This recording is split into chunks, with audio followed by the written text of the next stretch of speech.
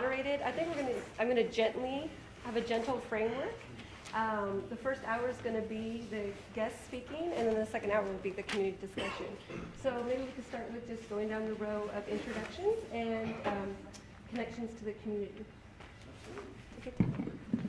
Good evening, everybody. My name is Brian Butler. I am a community organizer and policy advocate for Green Action for Health and Environmental Justice. That is a mouthful. I work heavily, if not exclusively, in Bayview Hunters Point around the host of environmental issues plaguing this community that has really been has become a bit of a legacy of this community, from the Superfund site to the concrete plants, to the sewers, to the sheer city negligence in terms of just the attention that every other community has in the city. This community just simply not receiving.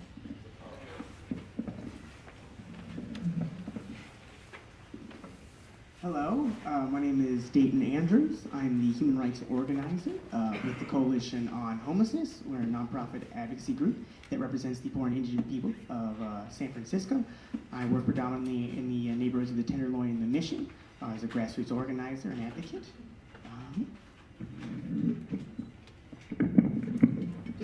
Good evening, everybody. My name is Gwendolyn Westbrook. I run the United Council of Human Services, also known as Mother Brown's Dining Room.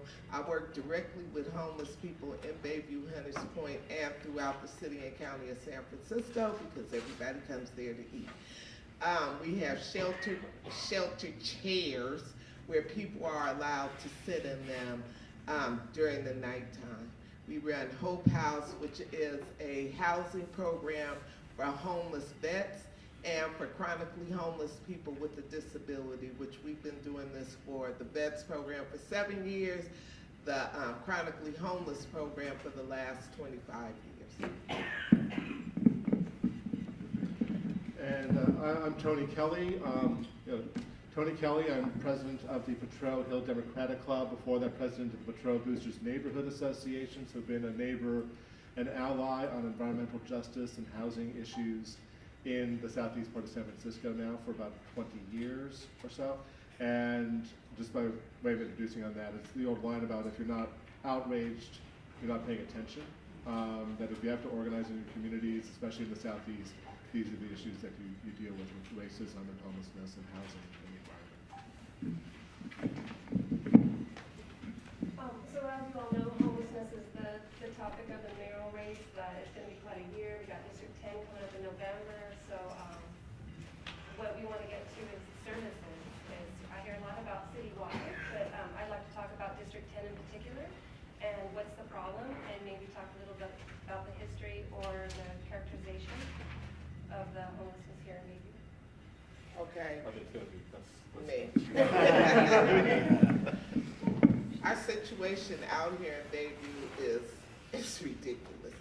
It's extremely hard on the homeless people, period. Sitting in a chair all night is not healthy for them, and it's wearing on the taxpayers here.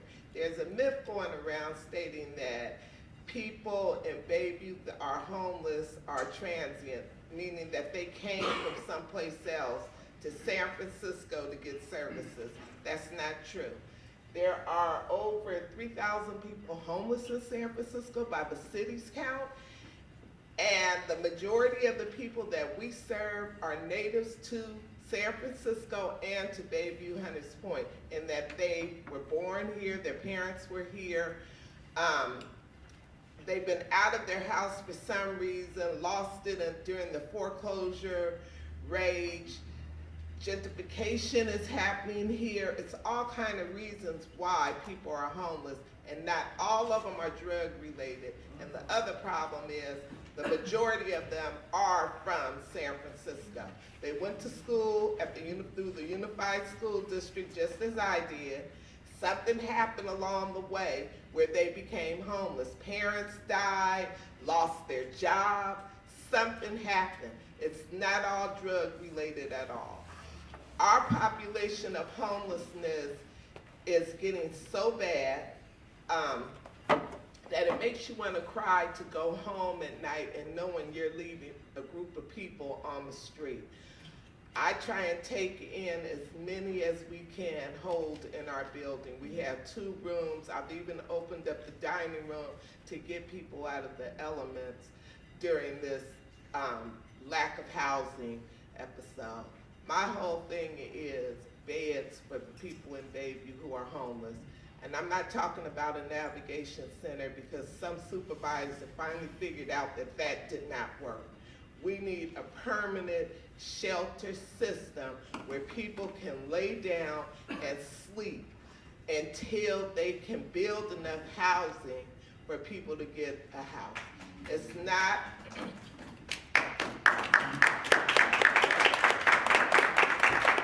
Navigation Center might be good for the transients that come here, but the problem with that is you have people who have been here all their life.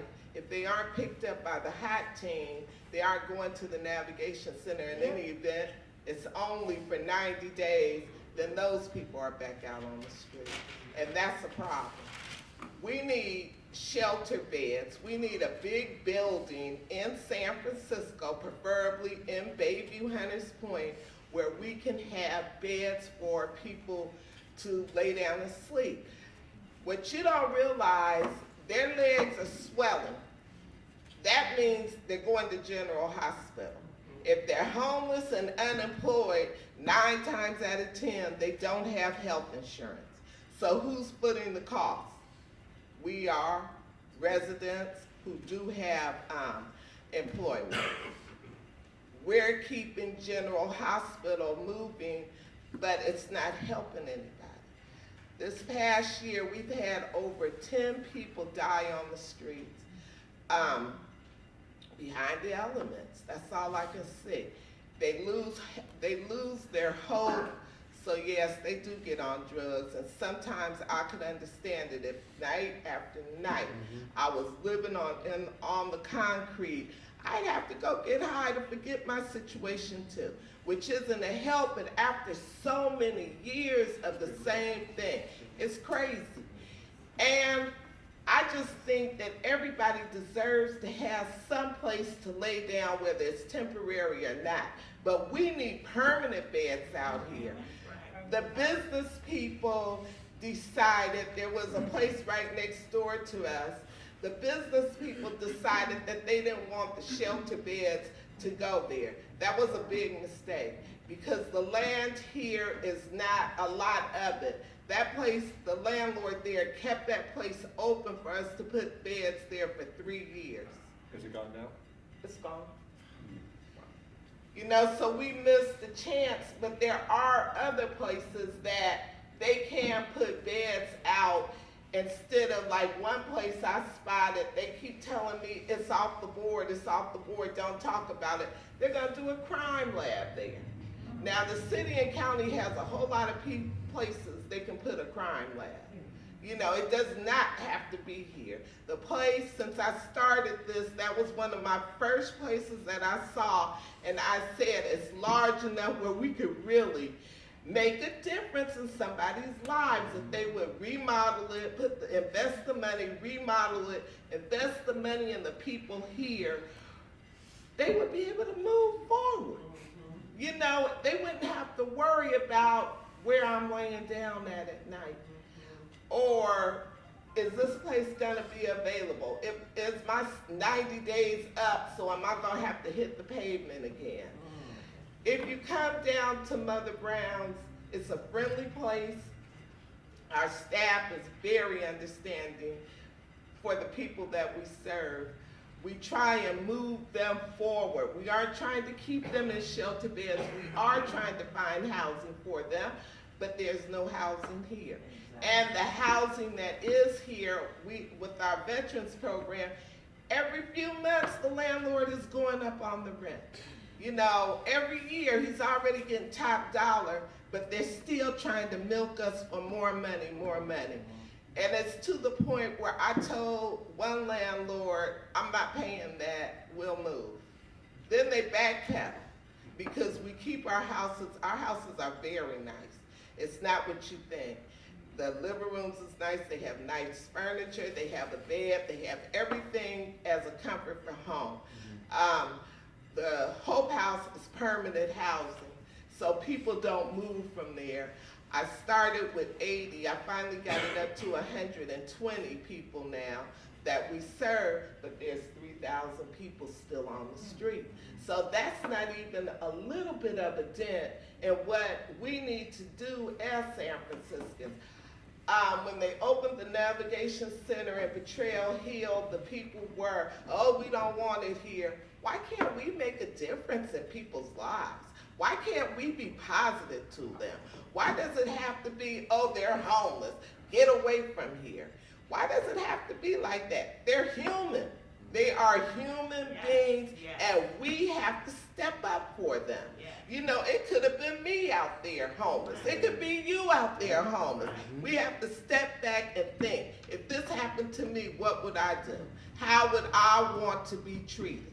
Yesterday on my way to work, there was an old man and this lady who didn't have gas money to go wherever they was going. And they were at the gas station with their hood up. I recognized that they didn't have any gas money. So I said, you guys need gas. They said, can you just give me $2? Well, you know, $2 won't even buy you a gallon. So I went ahead and put the $20 worth of gas in their car. They were so grateful, but it means a lot. I could look at them and tell they're stranded here, they don't know anybody, and they don't need to be in this neighborhood because somebody is gonna call the police on them. They were so grateful that I did that. But I have family members who might be in the same situation. I have a nephew in Texas. I don't know what's going on with him. I just hope somebody there, if he does get into something, will give him a one-up too. I don't want to take up everybody's time. No. I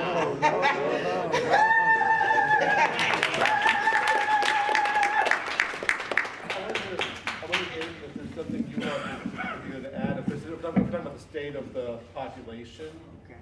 With this, I mean, I got a couple questions, because there's some data stuff I know Okay, that yeah. you can do. I think, just on point of clarification, the Department of Homelessness and Supportive Housing has released their figures and their point-in-time count with the number of homeless people about just over 6,000.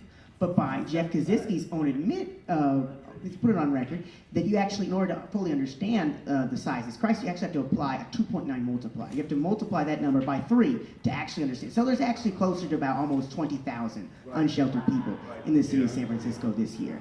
Okay, and of that, you know, we have this, when we break it down, we really see the, you know, the overall, you see a lot of disturbing trends. Like over 60% of the people on the streets have one or more disabling conditions, okay? And the remaining 40%, guess what? They work full-time, okay? So everyone on the streets that can have a job already has a job. The problem is they don't have the career opportunities to actually make a wage that will get them an apartment here.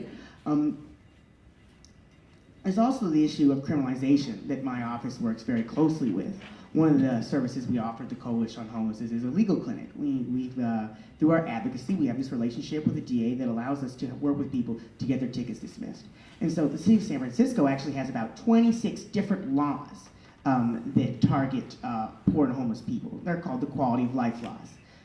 The city's perspective is that citations are the way to get people to use services because they're going to get fined if they don't demonstrate that they've gotten services, right?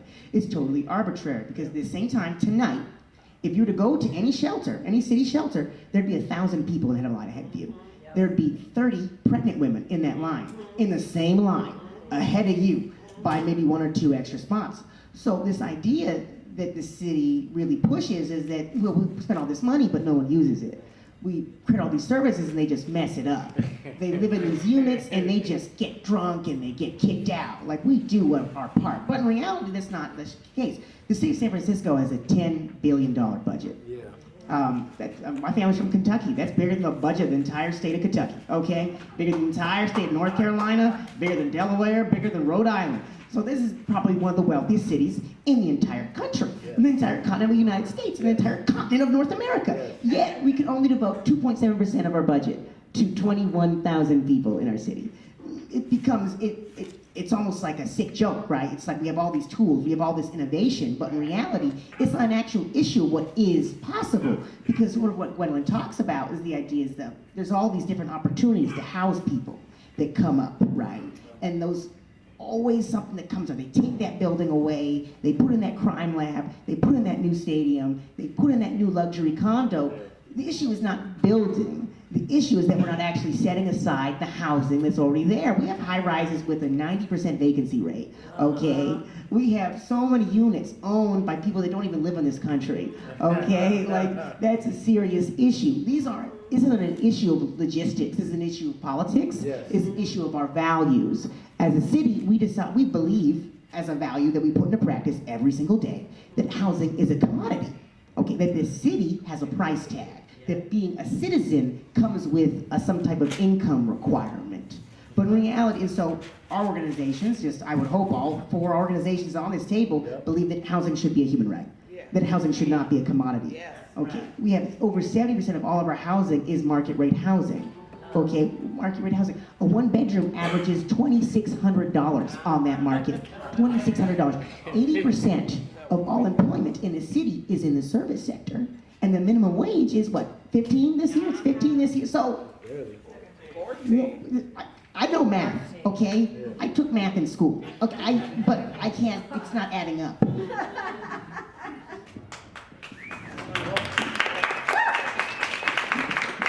forget to add the people that are on SSI and only make $900 a Fixed month. income. Exactly. Because the rest of it goes to pay their own rent, right?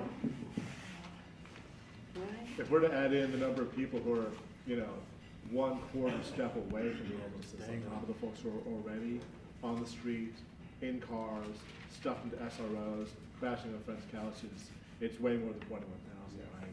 That's, everyone's at risk.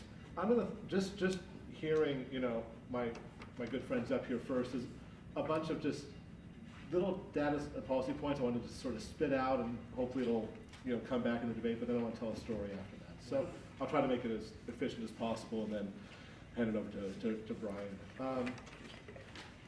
Not only should housing be a human right, it is a human right. I mean, the UN agrees with Dayton on this.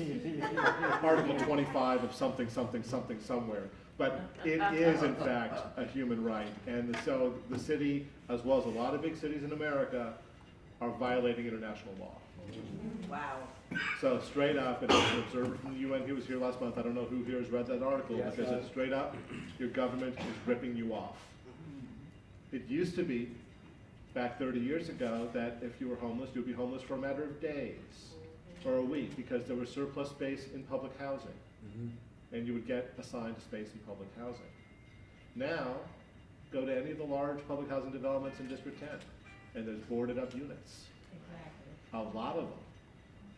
What are we doing with those boarded up units? We're keeping them boarded because they're going to be rebuilt. Yep. Why? To accommodate market rate housing. Above. Which then makes you think, right? Because how much of our public land in this district, in the southeast part of San Francisco, how much of our public land is being used for the police, the crime lab, as Westbrook mentioned? How much of it, our public land in District 10, is vacant? Go along the waterfront. You can get a good answer at that.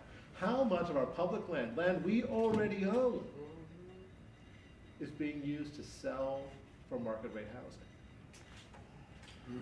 These are the things that the city is choosing to use this land for, which means that every day, really, every day, there's a decision made to not use our land for housing our own residents, and that we're better off for some reason keeping them on the streets and sleeping in the rain. A couple quick stats. And I've just heard all this stuff in the past couple of days. I mean, the Coalition of Homelessness has reported before that about 3 out of every 4 homeless individuals in the city of San Francisco used to live in San Francisco, right? Makes no, and it's no surprise, right? Think about it. You can't have the worst housing market in America and not have people sleeping outside, Right. right? There's a link between this. I heard last night, maybe it's from the coalition somewhere else, 40% of our homeless population became homeless in the past year. So if you think this thing is getting better, I'm sorry, we have some news for you, spoiler alert, sorry about that. Think about how much of the homeless population, you can tell when you see this on the street, there's a disproportionate amount of our homeless population that is LGBT. There's a disproportionate amount of our population that are people of color. And Brian, I know that you can certainly tie this into the environmental issues that you guys have been working with for years. It is no coincidence that this is our homeless population, because it has to do with the racist history of the policies of the city, and we need to recognize that and own that in order to correct it. And if we keep dodging it by saying, oh, it's these people who come in from somewhere else, it's a fool's errand to do it. The reason Ms. Westbrook started off trying to let go of the compelling story about Mother Brown's is because we have in the report about 3,000 homeless people just in District 10, just in the southeast. And there are no beds. Not one. You can sleep on a mat on the floor at Providence Church, or you can sit in a chair at Mother Brown's. That is what you can do at night. Or find a car, or sleep on a friend's couch, or crash with someone else's family inside an SRO that was designed for one person. There's also no street-based mental health services in the city and county of San Francisco. Don't you think we need some? Because, I mean, I've done a lot of work in the past year on family homelessness. You don't see families on the streets. You don't see kids sleeping in tents. They're in SROs, they're crashing with friends. What we see in encampments on the streets, we see a lot of mental health issues. There are 3 beds, maybe 4, at SF General for folks coming in off the street for mental health services. That is it. And the city's been cutting millions of dollars each year. $10 billion budget, right, with a B? And we're cutting millions of dollars each year, and so we don't have any street-based mental health services. And you wonder what the city is thinking about when when leaving it to us to deal with. So I could even go on. There's an article in today's paper about how the city is coordinating its mental health, coordinating its homelessness services. Kelly talked a lot about this. Kelly Cutler talked about this today online. And if you read the article, it's coordination of sweeps. Yeah, exactly. It's coordination of the law enforcement. It's coordination of, moving people around, but not coordinating giving people homes.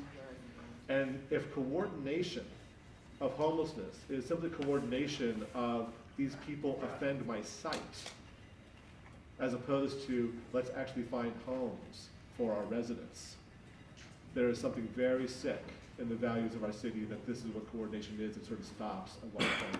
And I think that's, to sort of sum up, when Ms. Westbrook said, it could be you. I'm here to tell you that in my case, it was me 30 years ago. I drove to Pittsburgh, Pennsylvania to go to graduate school. I had a $700 check in my pocket from the Julian Theater for a show I directed, and that was how I was going to get to grad school and start trying to make a career for myself. That check bounced when I arrived. $700 was pretty good in '86. I was kind of counting on that, right? Now, straight up, all due respect to everyone who's had to struggle with issues here in San Francisco, because being homeless for a month on a college campus when you're actually a student at the school is not the same thing. It is easier. I could shower at the gym. I could sleep in the park near the tennis courts. I mean, it is not the same thing. But I'll tell you, if you're out there for more than a month, because it was, I was out there for a month, and if you're out there for more than a month, yeah, you're going to get some mental health issues just by being out there.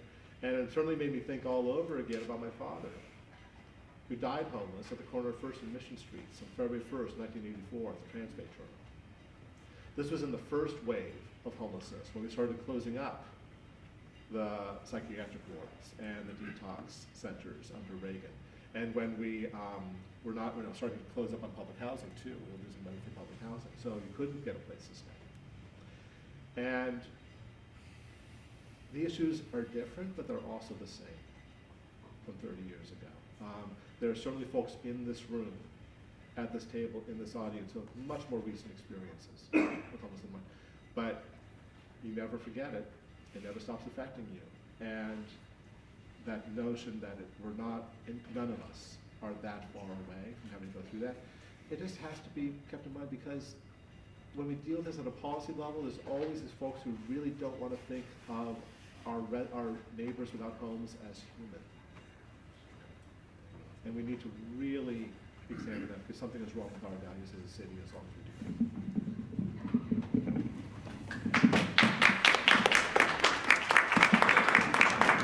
I think they pretty much summed it up. But you know, I just wanted to add a couple remarks.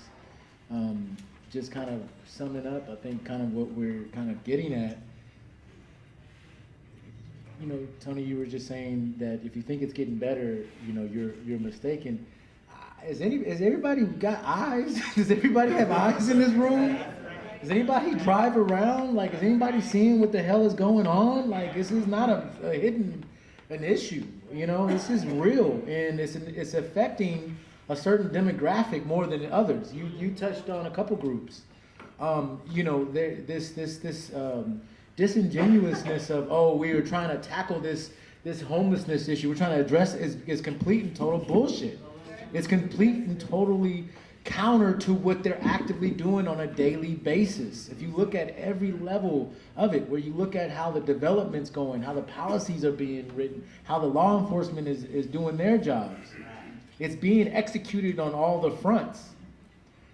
You know, I work in Bayview, Hunters Point. You know, I consider it the last black community in the city. You know, these things are connected. These things are connected.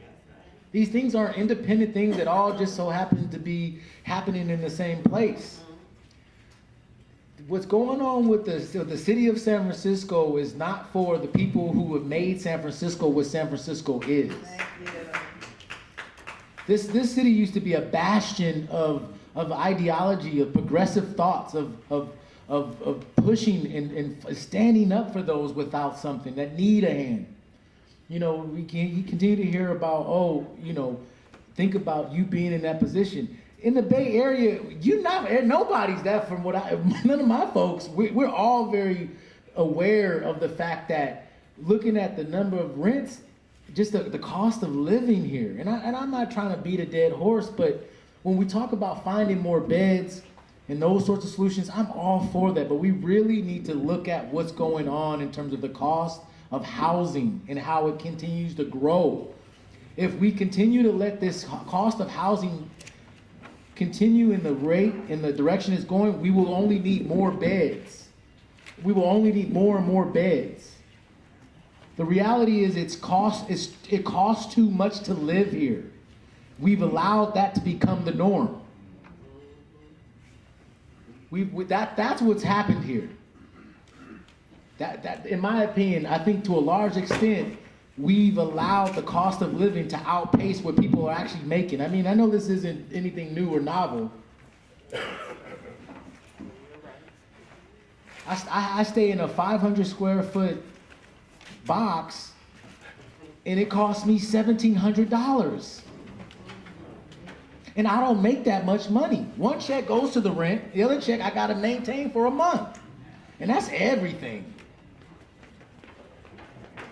And I'm lucky. I'm lucky. I'm doing okay. So when we transition and start to talk about solutions, that's when I really get excited. I get what we're talking about, but I see it all the time. If you ride the BART, if you drive through any of the cities, if you walk through the Tenderloin. I mean, I just saw a report yesterday talking about San Francisco being one of the dirtiest cities in the world, based on the needles and the feces on the ground. But it's not just that. That's not it. It's the disregard for human life. That's what it is. That's what it is. Y'all, that's what it is. That's what it is. These people don't exist. We don't see the tents growing exponentially. We don't see it. I don't see it. And thankfully, the cops come through for these people every once in a while, clear it out. Where do those people go? Where do they kick them out to? That's what I'm always trying to. Where are they sweeping them to? How is this allowed? Like, how is this okay?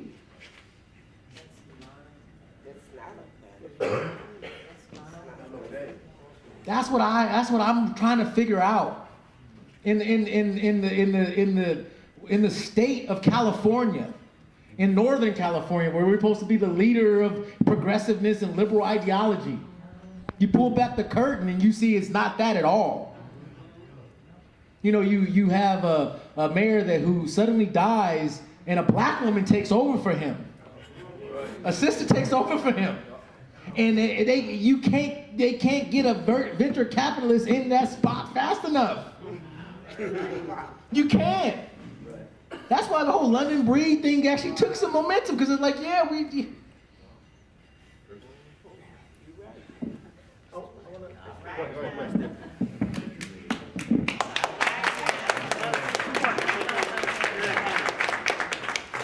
Yeah, I just wanted to add a couple things in terms of really speaking to what Brian's talking about. You know, we have a city, when I was born, in 1993, city of San Francisco was, just wanted to clarify. But at that time, way back then, San Francisco was, was at least at about 12. I'm 12 years old. We're breaking child labor law. Exactly. Don't worry, this is all volunteer. Totally volunteer. Okay? But at that time, the city of San Francisco was about a 20% black city. There's just about 20% of our residents were black. I mean, when my dad was growing up, the city was 25% black. Now it is at just under 3% black. But when we look at the homeless population, we go to the point in time count, the homeless population is over 40% black. The SF jail population is 55% black. Per capita, the largest black neighborhood is not the Bayview in San Francisco. It's actually the Tenderloin. Right. Because of the concentration of services geared toward poor people, right? And so, this is so frustrating to me, because when I go and I give these panels over at the middle school and elementary school, like, they're with it, they're understanding it. They're like, why don't we just give a universal basic income? I'm like, wait, what? A living wage. All right, Charles, I think you need to calm down. This is for brainstorming, okay? But they're with it. So we actually have, these solutions can't be defined by what we think is possible, okay? Yes. And we have these knowledge of what is and what is not possible when we don't understand what the hell we're talking about, okay? And so that's the dynamic we have in our current modern politics. The people that have power, that dictate policy, don't have to experience anything, the things that they litigate about, right? Right. And so, the last thing I want to talk about in this section is just what makes San Francisco different from other areas, right? And so, when I go to Oakland, I can't live in San Francisco anymore, I live in Oakland now. So, but it's changing. Anyway, but when we go into a city like Oakland or San Jose or Berkeley, they have encampments. They have encampments at the same time, and we hear about them in the news now. Right. In a way that we didn't used to hear, the way we used to hear about them, like we did in San Francisco. Some may remember the Super Bowl, right? They remember that whole issue where the city started corralling all these homeless folk into one particular area so they could not be seen, and then when they couldn't be there, they kicked them all out. And it was a very terrible, terrible event where a lot of people lost a lot of property, people were exposed and died because of it. There was a lot of that happened, but the city was embarrassed. Ed Lee was shamed very seriously. You ever wonder why, like, Ed Lee, we had a Chinese mayor, but we have so many Chinese people in SROs and the Tenderloin, that always bothered me. Like, I understand, it's backwards. We're going this backwards thing, right? Everything's backwards. But the city took a lot of flack from that. And so now, they sort of understand that they can be caught in the act. They can be caught corralling people and violating their rights. They don't want to do that. They don't want to end up like San Jose. They don't want to end up like Berkeley now, getting shamed for what they do. So they're much more systematic with it. So every Wednesday morning, if I go down to City Hall, there's a particular room where the SF police chiefs, the Department of Public Works, and the Department of Homelessness and Supportive Housing get together. There's a big map on the wall with all these little thumbtacks, and they think, okay, how are we going to resolve all these encampments? How are we going to respond to all these complaints we've been getting in this area? And they strategize how we're going to do. They define an encampment as about 3 or more tents. So in this city, it's actually, we have a very systematic and time-tested method of displacing and moving people around that actually does not exist in other municipalities. So that is we're very much, we use all that technology, all that startup adventure tech to really create better ways to displace people instead of housing them. Yeah.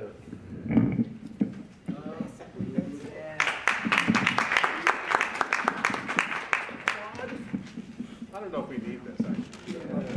Yeah, take the stand. Look into it because it's live streamed. And that's your recording, so it makes it easier for folks recording so that they can. I came from theater, so I believe in the unamplified human voice. So, Yeah. okay, I wanted to ask because one of the reasons that we have the issues of people sleeping in the rain is because of the terrible quality of our shelters, right? If you're LGBT, if you're a family, if you're a senior, if you're a woman, et cetera, et cetera, et cetera, the shelters are not a safe place to be. Right. And then there's rules and sorts of things, and this whole notion back 3 years ago when dinosaurs walked the earth and navigation centers were a great idea. The idea was the reason they weren't called shelters and they're called navigation centers was because it would navigate you to a home, right? You go in and you actually, you can bring your stuff, you can bring your pet, you can be a couple, you can have your community with you. All these things, but we're going to do better, and this is the future of shelter, we're going to actually do this to get people to homes.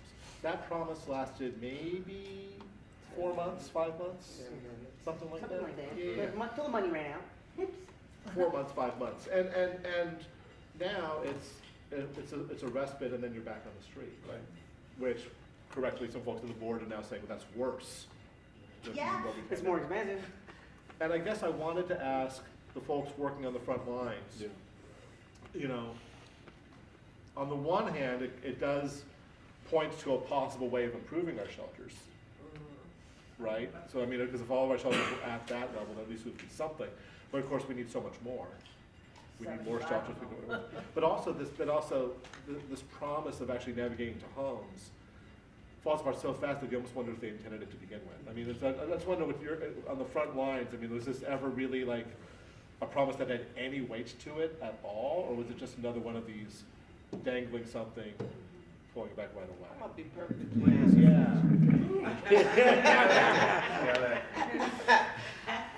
I, for one, thought that the navigation center was a farce. From day one, when they opened the first one over in the Mission District, and we went down there, it was a beautiful idea, but it was temporary.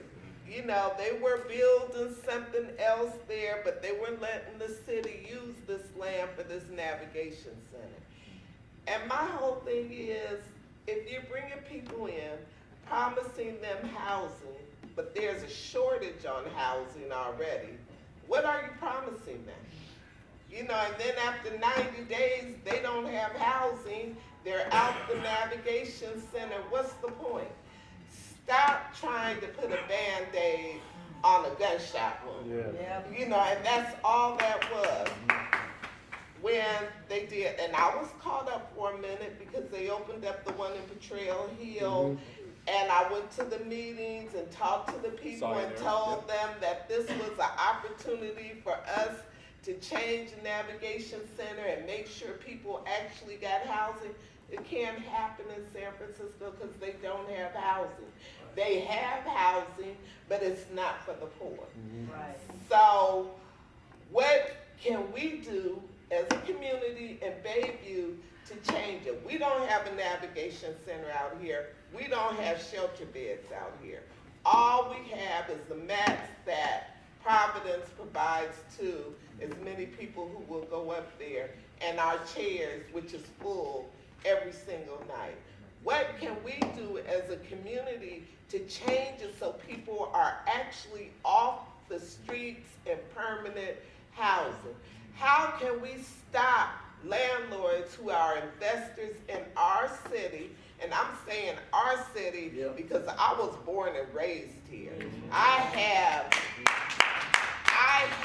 an interest in what happens in San Francisco. I really do. I love this city, but I hate it. I love this city because it's a nice place. Basically, the people are very good. But I hate it because it's so racist and they don't care. They don't care. They really don't care. All the projects or housing units that are closed down, boarded up, I have people down there that would love to go in there and sleep. Love to have a bedroom to themselves. What is the matter with remodeling one apartment at a time? When you finish one, put somebody in, move on. That will get people off the streets. What is it that you close down the whole building and you don't place any place? Whatever the building is closed down and you stay in there, you just ass out. What happens to that? We as a community have to make a change. If there's housing units up there in Bayview that are vacant, we need to demand that redevelopment, the housing, whoever is in charge of it, starts putting people in those places. Take the boards down, install some windows, get the PG&E on, fix the holes in the wall so people can actually live there. Right now, they built all these houses up there, and I'm going back to the environment because they told us for years they had cleaned up the shipyard. They had cleaned up the shipyard. We knew as a community, as a black community, they hadn't cleaned it up. And the one promise Mother Brown made me make before she died on her dying bed was that I would not take Mother Brown's up there on that hill because it was not safe. Always good. It's not safe if you on the hill or not. When the dust comes, the dust goes, it travels. It travels. And it travels from Bayview, Hunts Point clear to the beach. But the whole part about that hill and them cleaning it up or not cleaning it up, I watched people who were in my lives growing up dying from cancer. They worked at the shipyard. So I knew it wasn't safe to go on there. And I don't care what the government said about how they had cleaned up all the toxins up there and everything is still there. Now the report comes out because San Francisco is gonna make some money off that hill up there. And it's not African Americans going up there, it's everybody else.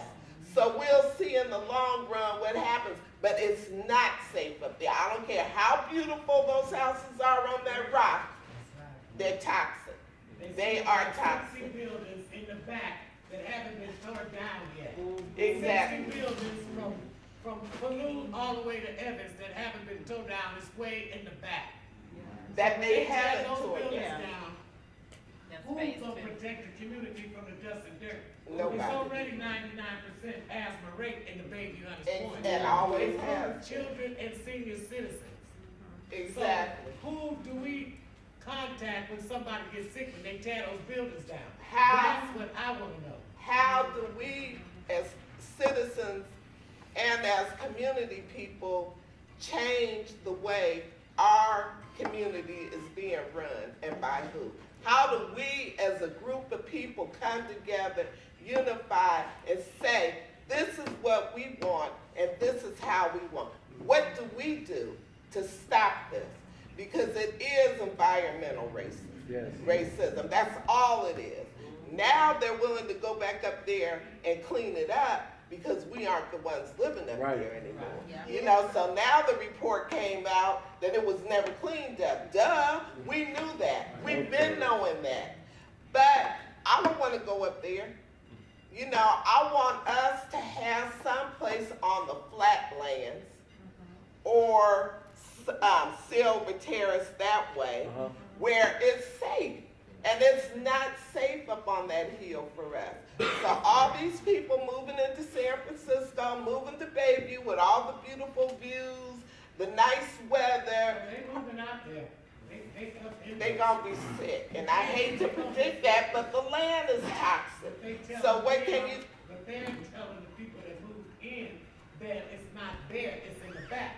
But like I told the guy, if it's in the back, what make you think it's not coming to the front? Right, exactly. Because the wind and the air is gonna carry the dust.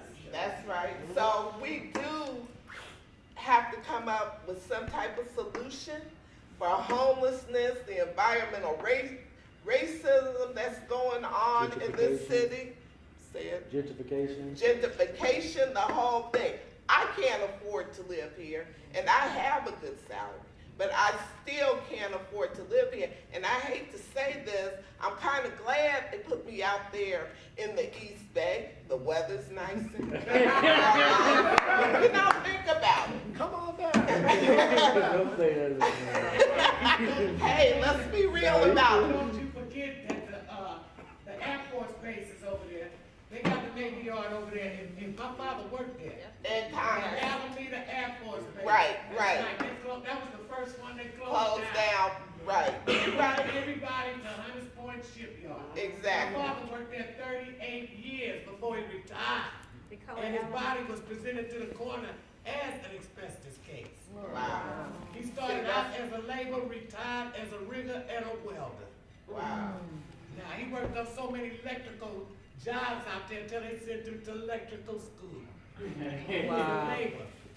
Well, I know it's poison out there. it is poison out Can there. I just add a couple things about the Yeah, environmental thing? yeah. And then Tony will Go want ahead. So, you know, I'm kind of Mr. Environmental to an extent, and I'm not a popular person a lot of times in Bayview.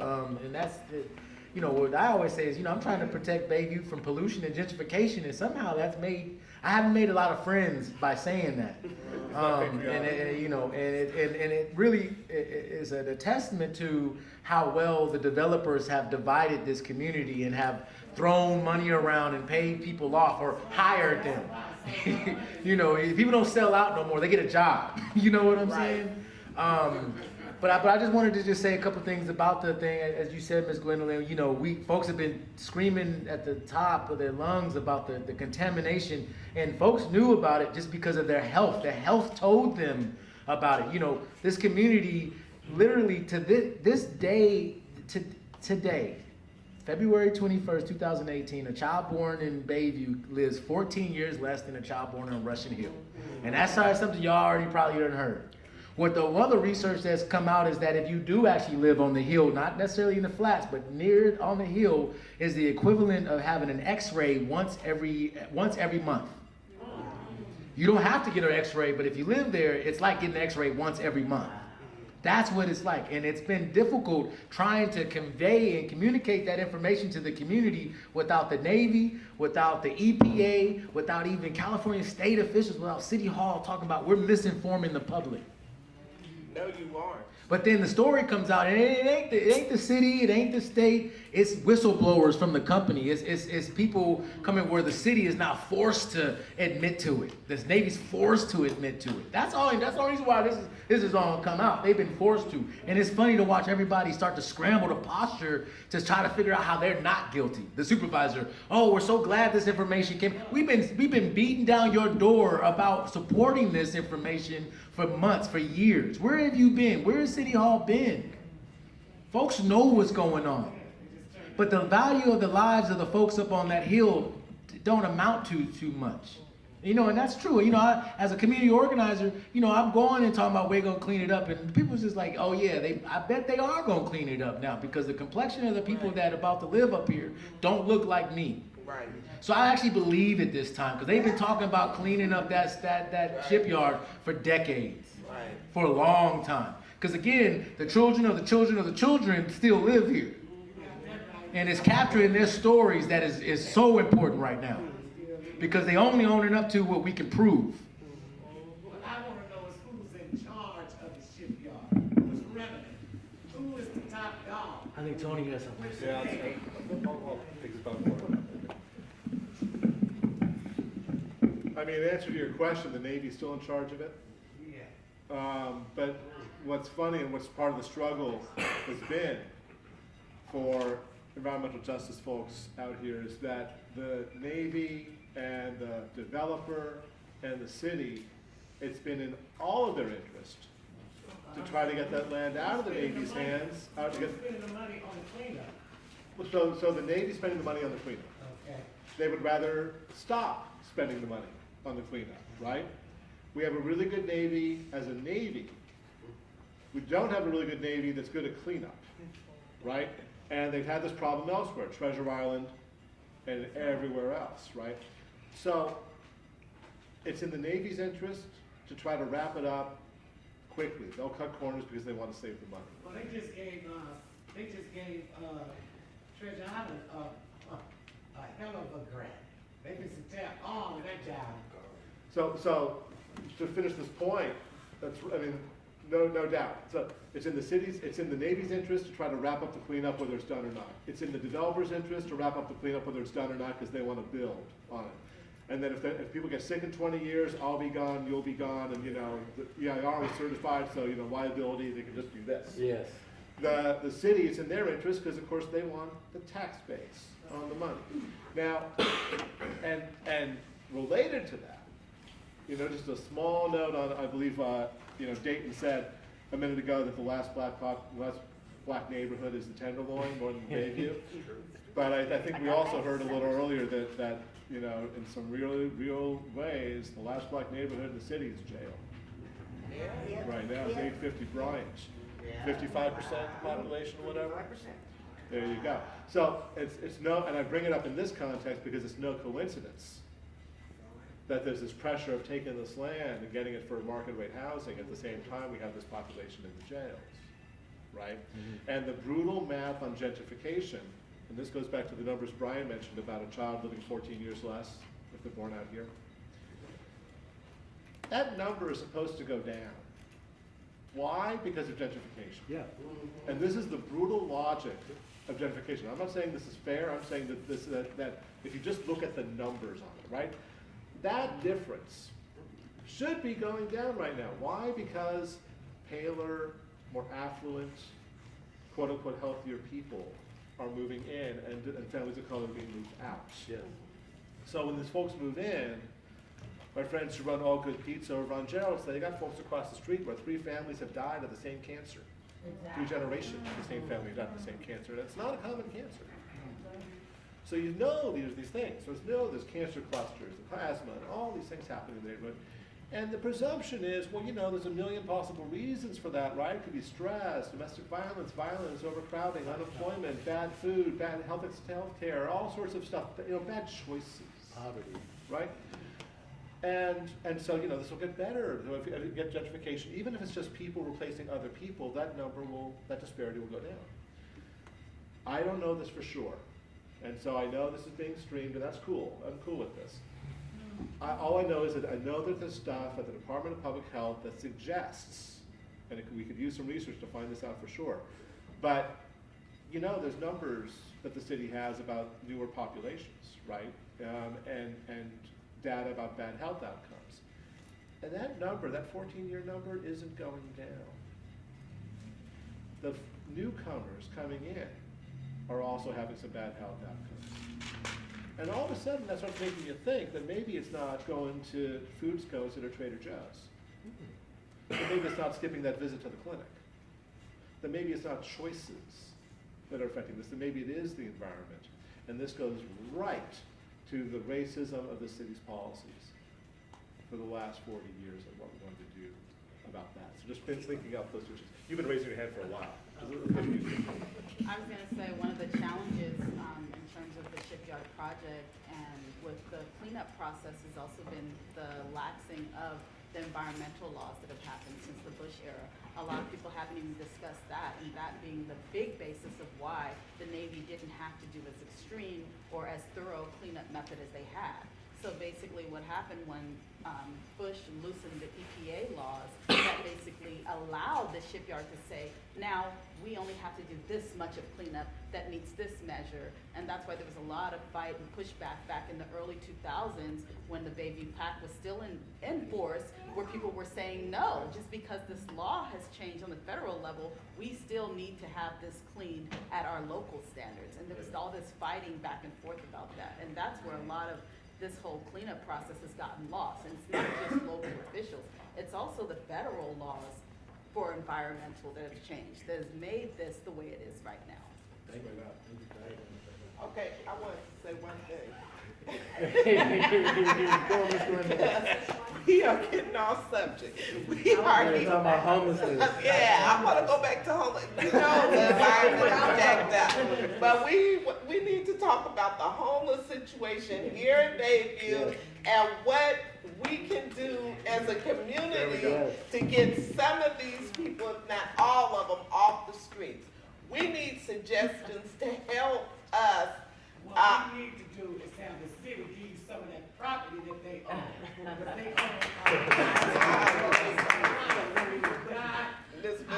my sister worked for these people up in Diamond Heights. Her children moved out of San Francisco. They came back, gave a house to the city. Long as their mother and father could stay there until they died, the city could have everything in the house. They took what they wanted and left what they didn't want and told the city they could have the property as long as their mother and father stayed out. The city owned a lot of property. They got a police officer out in the avenues. He looked for people that can't take care of themselves. Then he sent Adult Protective Services in, and they evaluate them, and then the court take over. So when they died, he didn't have no relatives. He got one brother. The relatives he have don't have nothing to do with him because they're a little bit off. And once he died, it goes to his brother. But when his brother died, they gets everything. It's called public guardian. That's right. And you'd be surprised at the police officers that they have living in their neighborhood that look for people that, you know, dirty but they live in avenues, they got money. This particular person was a longshoreman, okay? He gets like about close to $2,000 a month, okay, from his retirement. They took good care of him. He was a workaholic. He don't do nothing but work. And he went to the bank, drew out $200. When his statement came, the bank beat him out of $3,500. If it wasn't for his brother, they'd have never caught it. Then that's when his brother got in touch with the bank, having to audit his account. When the police officer that lived in the neighborhood, because Arthur talks a lot, he found out that his brother, you know, Arthur wasn't Kevin, Arthur don't do nothing for him. He walks around here and names on himself. But they have money and property, okay? And once the city stepped in, he had a home in Antioch, they collected everything. Everything. The city, and down the highway, from San Bruno County Jail all the way to Hetchy, the city owned property. They got a right of way where the pipe runs straight. When they buy water down the highway, they buy it from San Francisco, but they put their label on it. When the people down there get their water bill, it says San Francisco Water. In San Mateo County, San Jose, all down there, they buy our water. Right. Okay? And then they got Crystal Springs is where they filter the water, but San Francisco owned hella property from San Bruno County Jail all the way to San Jose to Hetchy. They own hella property. You would never knew it if you didn't work for the city. Right. Now they got a big old park set back off of, what's that, 280? What's past 280? Going to 101? It's called Philicitas. It's a park set way back. It's like you in a whole different world. Yeah. Nobody go up there but the mayor and city employees. Right. And they got, I mean, it's miles and miles and miles. Let's go Gwen here, That's who you need to get in the property back, from and then Lisa up here. Start putting these tough sheds Okay. on the property. Ms. Vincent, Hi. Okay, and then you, Ms. I'll let them Vincent. Okay. Okay. it's definitely about the numbers. I'm with you on the numbers. Let me go and explain. I'm on Social Security. If I was to make the amount that I can make working and collecting my income, it's about $2 less than the below market rate units that they're putting out there for people to actually get. So I'm stuck in an SRO. So it's all about the numbers. The below market rate for a low income person in San Francisco is $105,000 in San Francisco. Nobody on $14 an hour makes that. Yeah. So we need to lower that standard for low income for below market rate. That's where we need to target it. That would get half the people off the streets, because if you're on Social Security, you get $900, you can afford to at least pay 50% of your area meridian income to go ahead and pay on your rent. A lot of these luxury units are empty because nobody makes $105,000. They're not accepting applications from anybody who's on Social Security or even Social Security and working at the same time. They've got that you have to make $2,200 a month to qualify for one of those units.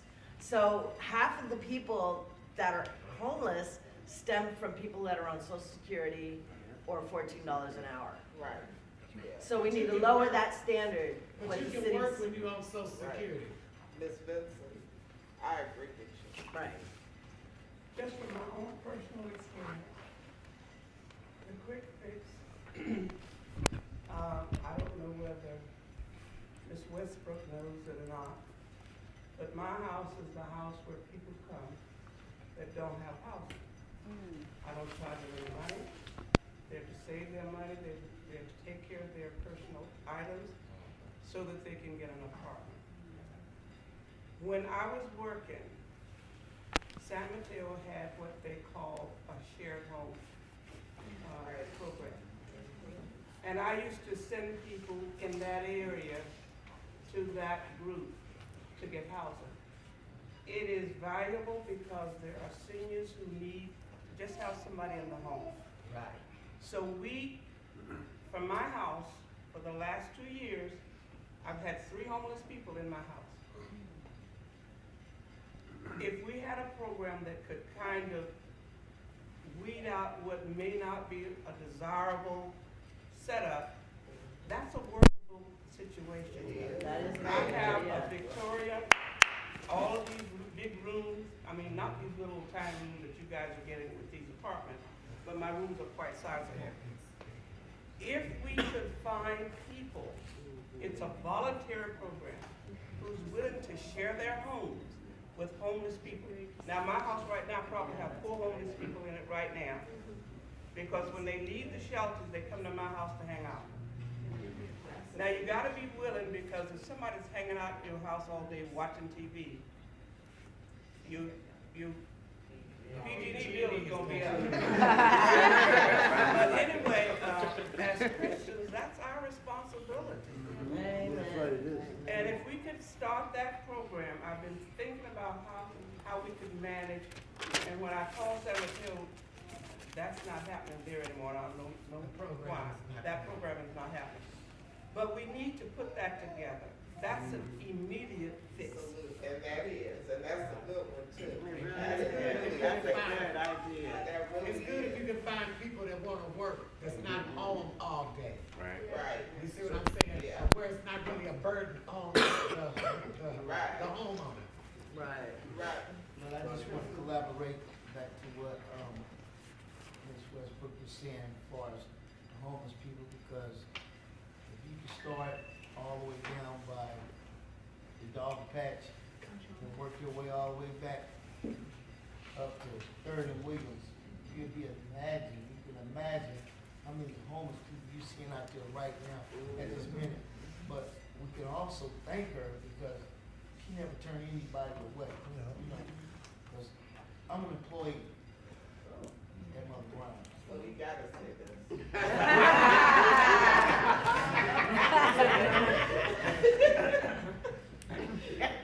If it wasn't for my boss housing so many people, I mean, she went out the way to house people where there was no house.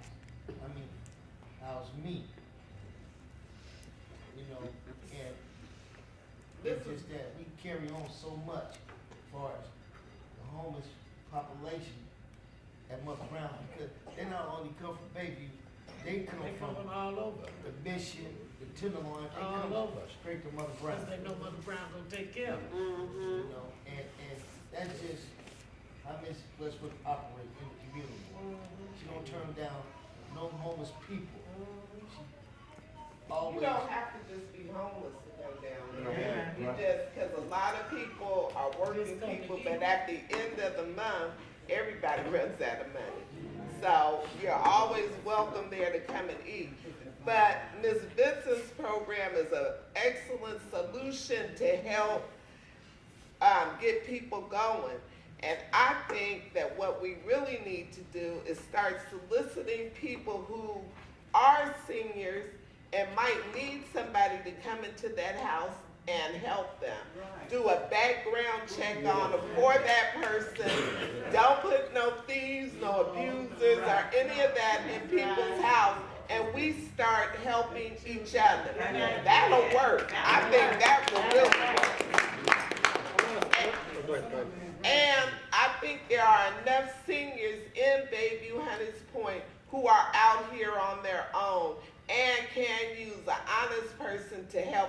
we have plenty down there. I've been down at Mother Brown's for over 15 years, 16 years. Not one thing in that office has ever come up missing. Not one thing. Nothing has ever been stolen out of there by client, employee, or anybody else. My niece lost her diamond ring there, and she was like, I lost my ring, and I don't want to say anything. I made the announcement at staff meeting, staff person raised their hand, oh, I took that home, you left it in the bathroom, I'm gonna go get it and bring it back to you. That's the kind of people that we have out here in Bayview. They're honest and they want to help, but what we need to do, and that's an excellent solution that she can, we need to start soliciting. We need to start soliciting people in this community to help us get people off the streets. And we can go to the city and tell them, okay, we have our own program, but you guys have so much money. You need to help these homeowners help us. Yes. Put in a proposal, and that way we can put some type of dent in the house. It is. It's an excellent idea. It is. But we have to come together with unity and loyalty to help these people. Believe me, I think if we could do this, that would be a model program for the whole country to see how Bayview Hunters Point dealt with its homeless population. I want to ask Stacy's opinion on that exact thing about the sort of trend about seniors, needing this kind of services, and then we go to Lisa and then right there. Well, I think Ms. Vincent's program brings into a lot of very important issues into play. One, the main factor is I don't think most seniors would actually be down for the program, right? I think there'd actually be a lot of work that'd be involved to finding folks that would need that program. That's very important. There's people shaking their heads, right? You seem a little pessimistic. But at the same time, there's the idea of we have to see each other as people if we want to help them, all right? That goes to the very important difference between what is charity and what is solidarity, right? Charity comes from a position of power, all right? I feel bad, but I got this power. And so I'm just going to write this and give it to you. Just 0.001% of everything I have, but I get to feel good, and you get something that, it's either this or nothing. So you're going to take it, and you're going to walk around, and you're going to be happy, and I'm going to feel great. Solidarity is an actual reciprocal process, okay? I understand that I have to, support you in order for me to be supported. Like, it's so horizontal. One sec, I'm sorry. I'm sorry. I got this. No. You need to help, let me clarify something. I've never suggested that somebody had to do something for that person. Yeah. That was not what I said. I'm 85 years old now. I did this. I was raised this way. I've been doing this all my life. I think when I was young. I've never expected, I was taught, if you help somebody, you don't expect that person to turn around and be able to give you something back. It comes from another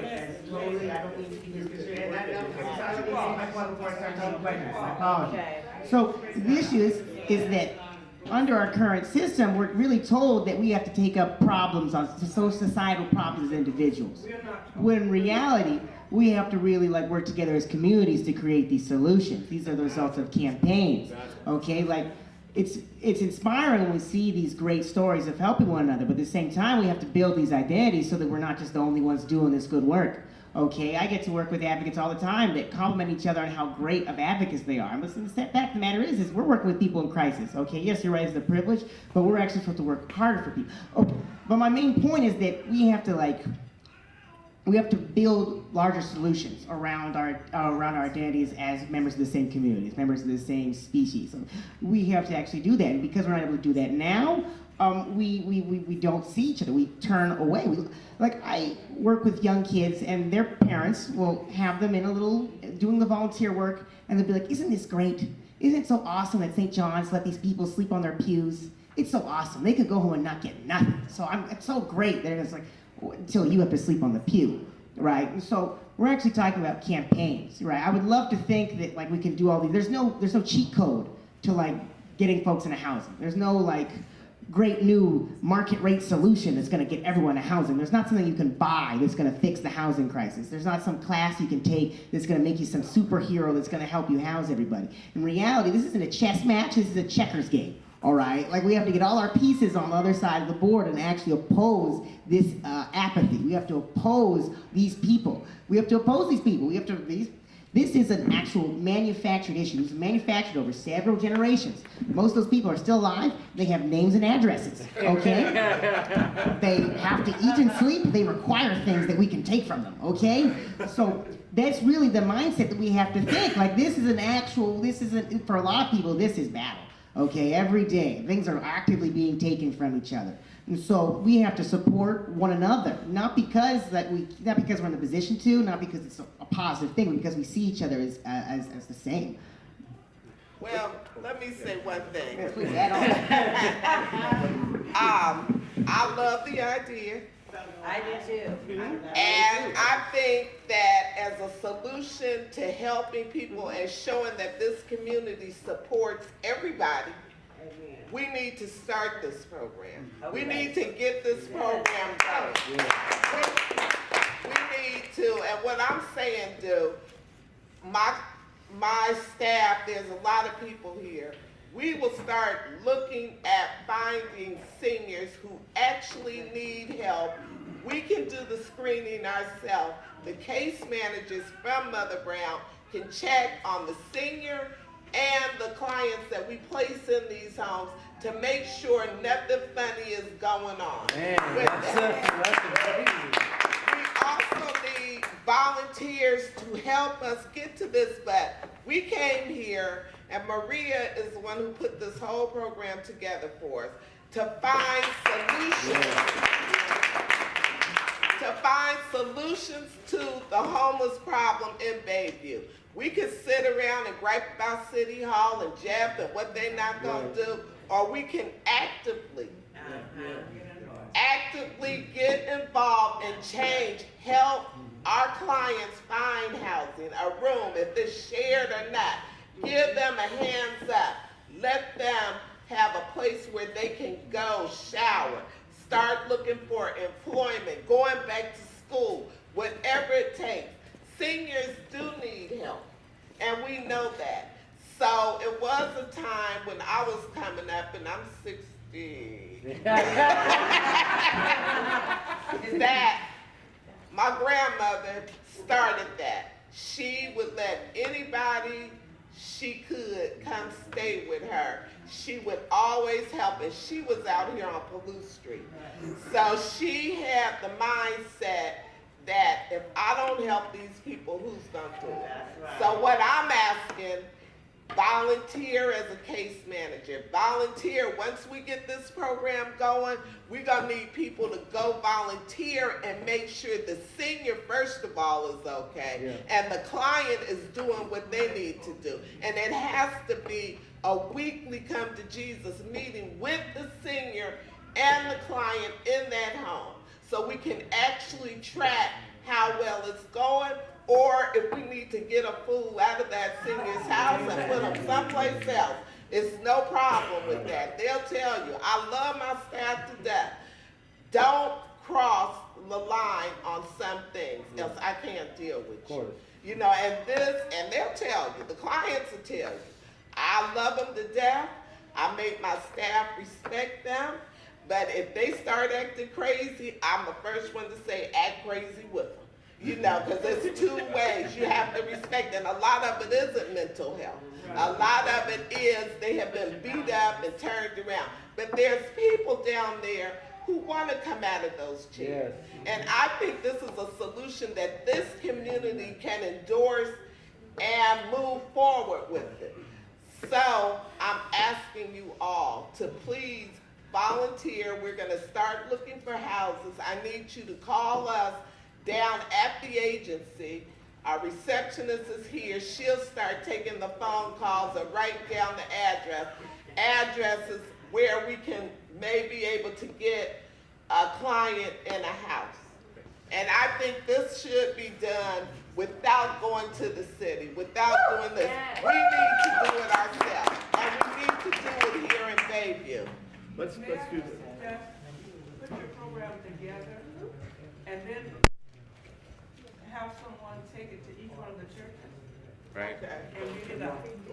that makes We sense. got 4 people, been real patient with their hands, 5, so let's try to do this 5 and then we can wrap up. So, Lisa, so 1, 2,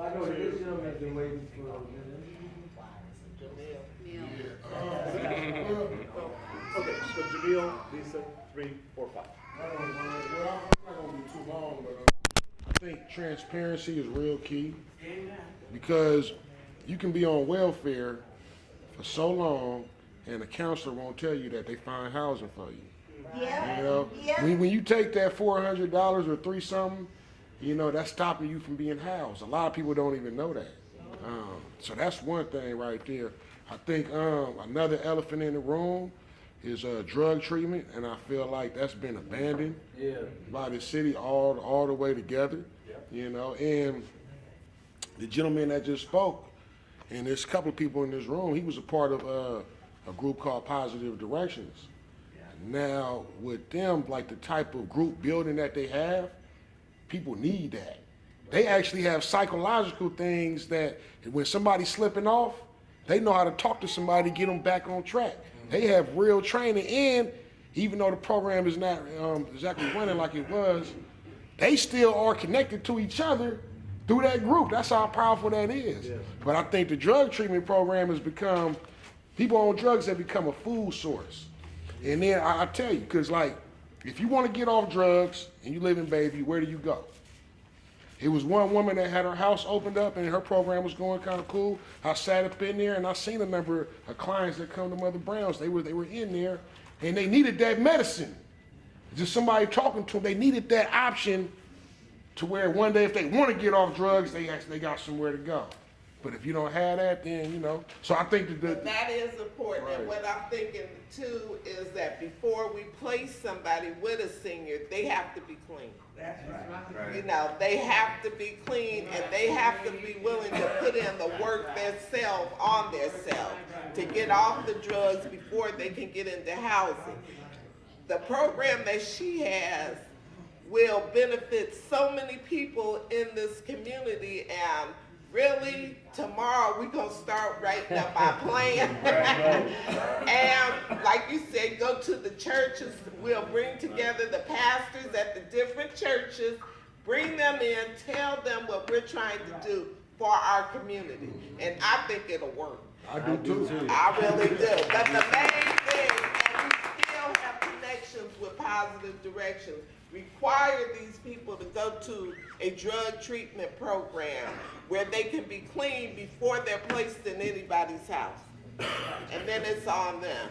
We did promise we'd finish at 7:30, so let's try to go. You're awesome. Quick question. Daniel Laurie, who's the CEO and founder of Tipping Point Community, I just thought we haven't really talked about corporations. We've talked about government. We've talked about community. Is there any comments? Because there was a headline that was posted to their Facebook page on January 31st saying tech companies have an obligation to join the fight against poverty. Any comments on that? I'm gonna tell you something right now. Nobody gives United Council much money at all. It's pennies to us. Even though at one point they told me I wasn't feeding all those people. Everybody signs in who comes in there. We started sending the sign-in sheets. Our funding didn't go up. And nobody except for some businesses in this neighborhood, the wine place over on Williams, Grotto Wine. he came and brought us a check, and he said just the point that he would come down there and do that was wonderful. So any corporation, the police has a grant thing, I put in for that. We didn't get it. It's, you know, it's something, and that the city keeps saying, you need to raise money, you need to raise money. And my attitude is, how can I raise money and take care of the people I'm taking care of? I'm one person. You need to give us money. You need to give us money. I'm not trying to raise money. You created this problem. It's not on me to do that. Now, the people who do, I have people who have come to through my program and have made a success of their life. They always come back to give at Christmas time, and it helps a lot because we're able to buy our clients socks, t-shirts, all kind of things for these donations that people from our community do. We can't depend on corporate, they want us out. We can't depend on anybody but each other. And that's again why I want to thank Ms. Benson, I love her to death, for coming up with a solution that we can actually work towards and put a dent in homelessness out here. But Ms. Whitman, if there was a corporation who was interested, we take it. Okay. Well, yeah, and I was thinking that all of this land that the government has, perhaps we don't go to developers, perhaps we go and put pressure on corporations to build buildings that need. You know, I'm so open that whatever we can do to help this population of people, I'm all for it. Seriously, I am. And this is where I think Dayton's point about the difference between charity and solidarity comes into play, right? Yes. Because you know, I think we're talking about solidarity here, and the pressure is a corporation, it's gonna be this much, and trying to make a dent in it. Let's go here, here, here, and then we'll try to wrap up. So I'll try to make my comment really quickly, but the only reason why I brought up the whole environmental justice piece earlier was because we do have a right of reparations in this community, and we need to figure out what that looks like. And so I have worked in social services and canvassed every part of the Bayview and the Hill and seen all of this stuff. I worked with Catholic Charities and so forth through dropping food boxes off from up at the food bank up on the hill and everything else to people all the way down to Sunnydale and Holly Courts. And one of the questions that you asked about the boarded up housing, one of the issues with that is that HUD is very underfunded. And basically, the city has enough money in its general fund to make up for that difference, to make sure that those units are fixed. And so one of the biggest issues with HUD housing right now is that there's not enough workers to fix the work orders as they are coming in. Like, so basically there are already people that are housed there who have broken toilets, broken windows, etc. You know, all types of work orders that are going on. So they have to fix it within 30 days for the people who live there, and they're not even meeting that requirement. And I mean, like, they're 90 to 120 days out for some of the actual residents. So I think part of the way that we can kind of put pressure on them is start having those conversations again between RADCO, Catholic Charities, and all them to check up on what's happening in public housing and putting pressure on HUD to turn around these work orders, and then also putting pressure on the city, which we are currently in our budget cycle right now. They're determining what this budget is going to be for June. So we have a short window right now between the whole mayoral election and this budget cycle to say, well, hell, you know, we have these units, there's a homelessness issue, you guys are underfunding HUD, we need more money there. And we need those units turned around for the community right away. Mine's not quite clear. We need, because there's a tourist decline, so we need to target the hotels that are also putting money towards homelessness and get that money for our benefit to actually go out and help us. So, go on. I just want to say about this new Bayview IDEA program. Me and my wife have been taking into our home 10 homeless all the time since the year 2000. It's wonderful. It's wonderful. It's a great thing to be able to do. We have the Lord's help, and the people in there are getting new lives. It's 18 years of joy. It's not a burden, it's a joy. It is. So 10, right? 10 guys. And 4.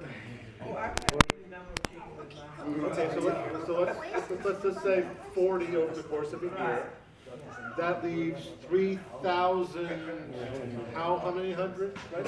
Yeah, but if it's a start, and So if we 200 different groups. right, if we come up with an excellent program, start presenting to these churches, a lot of these seniors do need help. Letting them know that they will not be left alone until they feel very comfortable with these people staying, with homeless people moving into their house. I think it'll work. I think everybody is tired of people being on the streets. Yeah. You know, and they want us to do something. We know we can't depend on City Hall. We already know that. I'm gonna keep doing what I do down at United Council, but I'm gonna start this program and see how far we can go with it. I know my case managers will volunteer until we do get funding to help, but I'm going to ask Jeff to give the homeowner or the senior a stipend while people are staying there to cover the PG&E. I think that's good. And I'm going to the homeless people.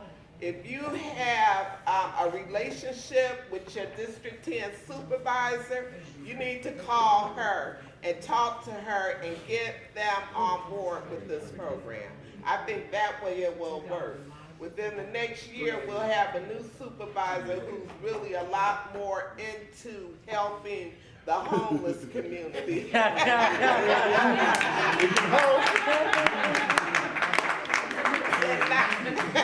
You know, Tony's running. This is a city-owned facility, so that'll be the end of that conversation. I didn't use any names. Allegedly. Let's try to wrap up if we can. Yeah, I got a couple things to say too, but wanted to start. Closing. You know, I was just thinking, just as a kind of a bigger picture, and I think we kind of touched on it already. But I mean, just the idea of housing. I mean, it's such a fundamental, sacred thing that's intangible, even as tangible and concrete as it is. To have a space, to have shelter is so incredibly humane. And I just wanted to say that. I know we were all on the same page. You know, I know we kind of got off topic talking about the environmental justice, but it definitely connects. Just to give you guys another example, you know, looking at the development out there at the shipyard and this India Basin mixed development thing that they're also trying to do along Ennis.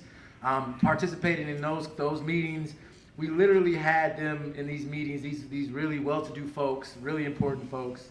Talk about we're going to have a third, because what they want to do is all the way from Mission Bay all the way up to Hunters Point. It's just going to be a one mega development, and they want it to all look like it's called like the Blue Greenway Parkway or something like that.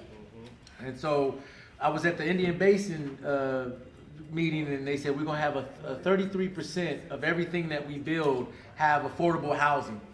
That's at the same time that up in Sacramento, they're literally making what's defined as affordable less affordable. So just to be clear about the different solutions and the points that we want to touch on this, they're literally trying to make affordable less affordable, if that makes any sense. But in these meetings, they're talking about having a third in everything that they do. And then they were like, in the next meeting, they're like, well, why don't we put all of the affordable in one location? Right. And then the next thing was like, well, we'll put it right here. And the next meeting, they were saying, well, we'll worry about where we place that at another time. And that's what's going on. Yeah, that's right. And so I love the solutions. I'm all about solutions. I think, you know, I like to focus on solutions. I think this group here, I think we understand what's going on here. What I'd like is my little closing statement is I love the energy that we have here today, and I want to see it continue. I feel like this is the first of several things, several meetings and conversations. I don't want this to be a flash in the pan or a glancing blow. I'd love to see us all come together and be committed to this, committed to Miss Gwendolyn, what she's talking about, and this idea, and us supporting in very various ways about this, trying to really address this issue. When I'm over on 3rd and Paloux, you understand what I'm saying? You don't have to go far to see it. And I love my people. I'd be like, what's up, folks? You know what I mean? And the pride and dignity that they still maintain and carry. We want to continue that. We want that to grow. We want to say, I see that in you. My name is Alonda James. I've been here 15 years here in San Francisco. Bayview, and I just lost my place in April. And right now I'm sleeping in my tent down by Mother Brown. And Okay. I stayed in my place for 4 years. And they evicted me illegally. you know, they got all these co-occupants on my lease, and I'm back on the streets. You know, they got people living in my apartment, and I'm back on the streets. They've been harassing me, calling the police, and then I stay with my aunt. And they made me a resident at the senior place. And then they put me out and called the police, and all my things are locked up in the senior building down the street. And I was up in Hunters Point yesterday in my tent. I was just exhausted. Yeah.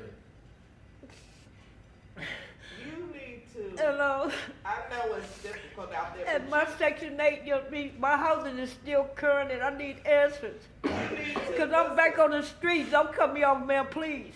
I'm in a crisis, man. Go. I know you are. You see I'm me in right. my tent right now. Listen, you need to come into Mother Brown's and see Carol Domino tomorrow. Get what you so need. she can start helping you get housing. We have housing people there who look for places, and United Council, if you have a Section 8 voucher. I do. Okay, then United Council will rent the place you. They stole my Section 8. How many bedrooms? It doesn't No, I'm matter. talking about what vouchers, for how many No, bedrooms?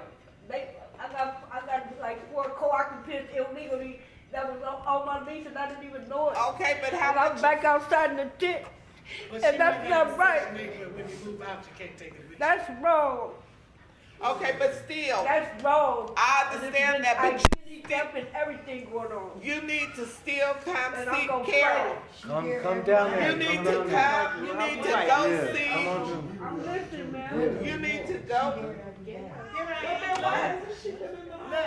You need to go and cut. You went down at Mother Brown's, right? I stay down there in my tent. Okay, well then you, during the daytime, you need to go see Carol so she can start helping you find you a place. Okay? If you have a Section 8 voucher, because I know they don't want to rent to Section 8 people, United Council will rent the place and do all of that so you can keep your voucher, but it'll come through But us. I've been evicted. I was evicted in April 26th. Okay, but wait a minute, there's still solutions to that. Yeah. You come, talk to Carol tomorrow. Carol, put her in the system so we can help her get another place. Section 8, okay, if you lost it, that's all right. There's other programs. We have Hope House there. We have all kind of other programs where we can help you. But you have I want to to, help myself. well then you have to come I pay inside. too much rent for that. You have to come inside and talk to Carol Okay. so we can start working on your case. Okay. You there every day. You should have been inside talking to one of us to find out what I've we can been do. everywhere trying to get support. You have to ask. She been in, I love yeah, to see she's the never strength been that up you've there. been She's showing. never been in the office, Stay but strong. tomorrow she will be there to see you. Tiffany will be at the front desk. You know what she needs. Send her up there to Carol so we can get her on the right track. Okay. And put her in the system so we can start helping you get housing. It doesn't have to be Section 8 housing. We have Hope House. You could go into Hope House. Do you work? No, but I want my own place again. Okay. You know, I paid my own rent. I was there 4 years, and the judge granted my stay, and they still illegally put me out. But in the system, I'm not even in the system as evicted. I'm on the wait list, and I say, well, what's my status, Mel? And she tells me, oh, we can't tell you that. And I'm back on the street, pissing and shit on this, and it's taking its toll. It's really taking its toll. I agree. I know it is. So you need to come tomorrow. What time you get there? About 10:30? 11 o'clock, and see Carol so she can put you in the system and we can get you back into your own housing. You can't fight the system by yourself. I need support. That's right, and that's what we're here to What's your name? support you. Yolanda. So nice to meet you, Yolanda. Thank you so much for being here. Yeah, thank It's you. difficult to talk about. That's all right. That's all right. If she gets there and wants and sees Carol, that's fine. You going down there tomorrow, right? No, I sleep there. I'm She's there. there, so she just gotta wait for Carol to get there so Carol can start helping her. And then there's Nikki who can help her and Keisha. There's all kind of people right there in that building where you sleep, and you have to stop in there and talk to us and tell us what the issue is so we can start working with you. I know it's heavy. Okay. I know it's heavy on what you're dealing with. No. I will. You'll be okay. But yes, thank you so much, Yolanda, for sharing that. That took a lot of courage and strength, okay? I want you to know that, all right? My own uncle won't tell me what you just told me now. He claims he's a tough guy, but he still sleeps in his tent, all right? It's okay. I think the discussion we've had tonight has been very important, but at the same time, just having a solution isn't nearly enough, right? We also have to do the work. Yes. We have to do the work involved. We've got to talk about all different types of ideas like environmental racism, gentrification, displacement, criminalization, unfair policing. But at the same time, we talk, but we're getting off topic, We're not getting off topic. That's right. We're not. We have to develop a collective analysis, okay? We have to develop a collective worldview about what we're trying to put in practice in order for our solutions to be successful, okay? And so, this isn't my first, community discussion like this, but what always irks me is at the end of the night, I'm like, all right, who's gonna be here next week? Sean, you're at everything, Sean. It don't matter. You don't count. It don't matter if you're there all at the same time and we're still in the same spot. Nothing's changed. So we gotta do more than just that. We have more than just show up every goddamn time. I show up all the time, okay? But I admit I'm not always able to put in as much work as I need to be, okay? And that's a constant struggle. We always have to constantly ask how we're gonna put this struggle forward, right? At the same time, we have to continue having these discussions, okay? These nonprofits, these service providers, they didn't come about because the government just decided to create their designation and give them the funding, right? Our organization doesn't get any funding from the city. And that's why, because we were formed by a group of activists, homeless people, that took that struggle themselves and demanded and fought for the services that we have today. Of course, they weren't adequate. In the last 30 years of my organization, we've seen nothing but the explosion of homelessness. But what happened? Millions of people stopped doing the work. Okay, so we have to get back to that point where we have to go and do that work. We have to be meeting regularly, discussing these ideas, developing that collective understanding about what's going on and how we're gonna do. We're gonna be doing this in our living rooms, in our kitchens. We can't just be waiting until the 11th hour to be mobilized and showing an effect and acting like we're gonna change yellow to blue. That's not how it works.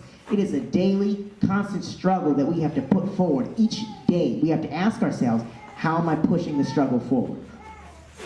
And then how we answer that question defines what we need to do. And tonight, we needed to come to here today. Okay, we need to talk about those ideas and we need to come up with a solution. Tomorrow, we gotta figure out how we're gonna put that solution into play. We gotta figure out who we gotta talk to. We gotta figure out who we need to get into the room. Who is gonna help us do this, Edward? Who's gonna help us put these solutions into place? It's a constant struggle, and that is what is more. I think that's more important than the solutions. Of course, the solutions are important. Be real. Those are real.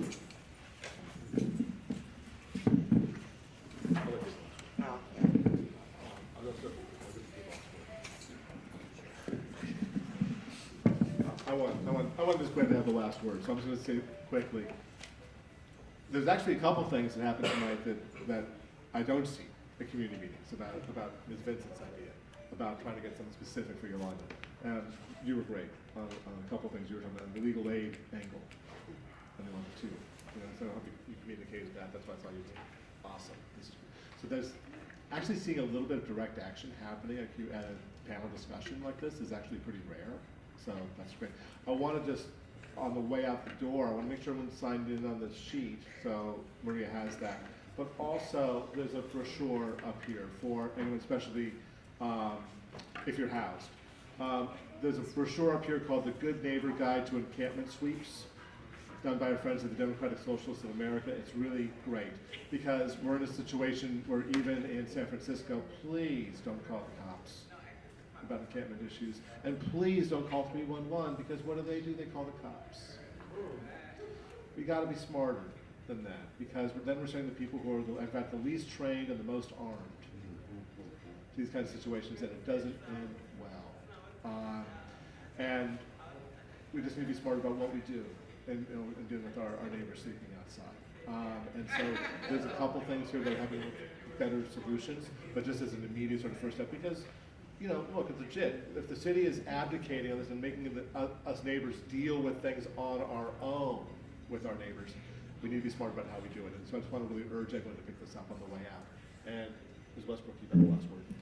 I want to thank everybody for coming, and I really want to thank Maria for putting this panel and you together. And I'm gonna put her on the spot and tell her she has to plan the next meeting. I also want to add that it's up to us propagandists, because I love propaganda, okay? Gwendolyn, you already do enough work. Tony, I see you guys working all the time, but I want to thank Anti-Eviction Mapping Project for filming tonight. Sorry, Jenny put you on the spot. But they do good work, and she's recording, and she's going to help spread the word. Anybody writing or social justice students in the room, you know, sharing the room, but also the context of the conversation is really important. And one thing that I noticed tonight, I'm just going to speak freely, elder black women in this neighborhood have been the historic leaders here, and that happened tonight. You listen and you follow the leaders in the community. I think that's how it works. And, you know, just Malcolm X has taught me that revolutions are over landowners fighting the landless.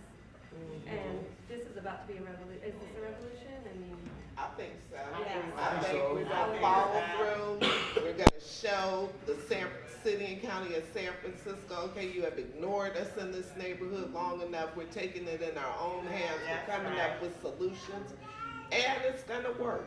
It is really gonna work. I want to thank everybody who came out to support our program. I want you all to come back and be a part of this committee so we can have a review on where this new program is going. This is the first community meeting I've been to where I finally got a solution I can go home and feel good about. You know? I still want beds at Bayview, and I cried so many nights behind leaving my people down there at Mother Brown sitting in the chairs with their legs swollen and they can't lay down. But Miss Vincent gave us a grand idea that will work in Bayview Hunters Point. We are unified. We know what our tasks are. Everybody in here should try and contact one senior and say, we have a new program coming up. Are you interested? Get their names, bring it to us. We will do all the screening. We will stay in contact with the person and where they're placed at on a regular basis, because that's what they're trained to do. We'll do all that to make sure this program is a success. Thank you guys for coming. I appreciate it.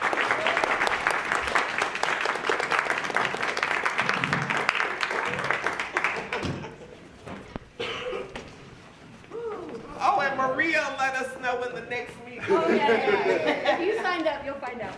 Okay. Anybody?